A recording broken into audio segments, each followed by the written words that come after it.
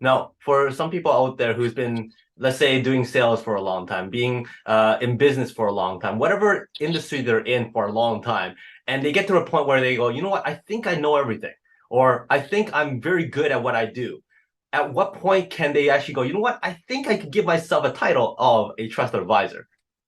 Yeah, I would say that, if you have a track record of really helping people, not just with the product itself, but what kind of experience are they having? What kind of life-changing transformation has that person or people or organization had? So I look at a trusted advisor is more than just the product. It's more than just the service.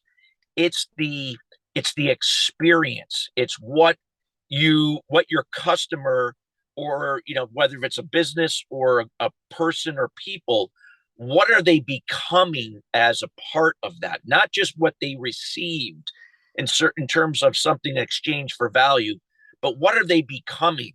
How can they take that and impact other people through their example and resourcefulness to pass along that that wealth, so to speak, or something that worked for them that could potentially work for somebody else? That to me is the job of a trusted advisor. And when you have the ability now to really understand your business, and you can be an expert in your business, but apply this from an angle of being a trusted advisor, you can leverage platforms that you're really good at. If you're a speaker, speaking on stages, if you're good on podcasts like we're on here, you could do it on a podcast, start your own podcast.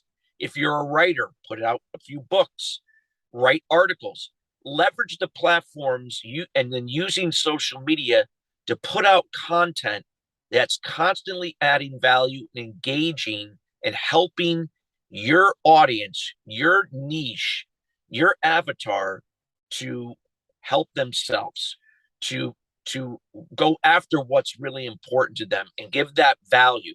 That's what builds trust.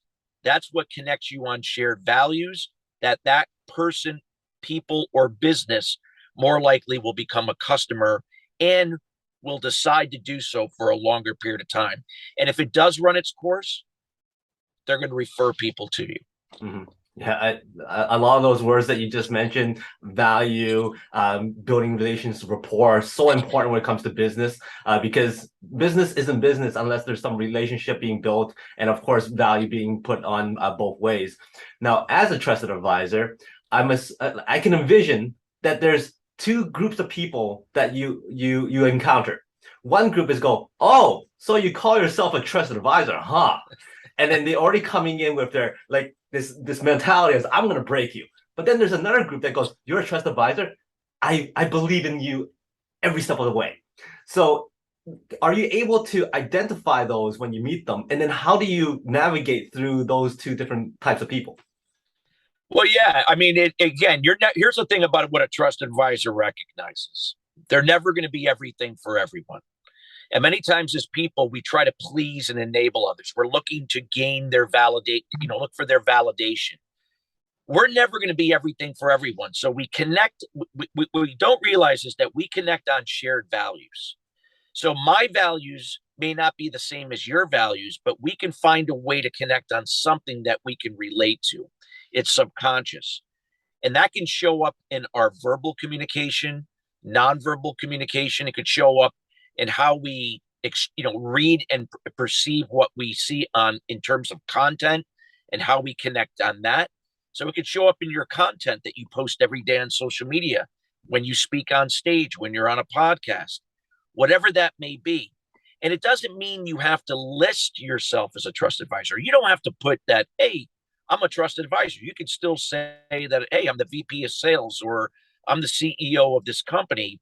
It's just that the trusted advisor, it doesn't have to be actually listed. It's just that you are presenting yourself each and every day as a trusted advisor, regardless of your exact title. And again, that can mean as a dad, a husband, a partner, does not matter.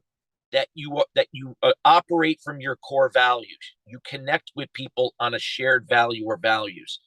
You get to know what's important to them. Ask questions. You have two ears, one mouth. Listen more, say less. Ask questions to find out what's really important, and then be that value to them. Be consistent of being a value, not giving away just everything, but giving away things from your example and your resourcefulness that let them help themselves. That is what builds that rapport for them to come and say, hey, I'm ready now for something you can provide me in what you do. And I'm choosing you because I trust you. Mhm. That is the trusted advisor. Again, being mindful, we're not going to be everything for everyone. Mhm.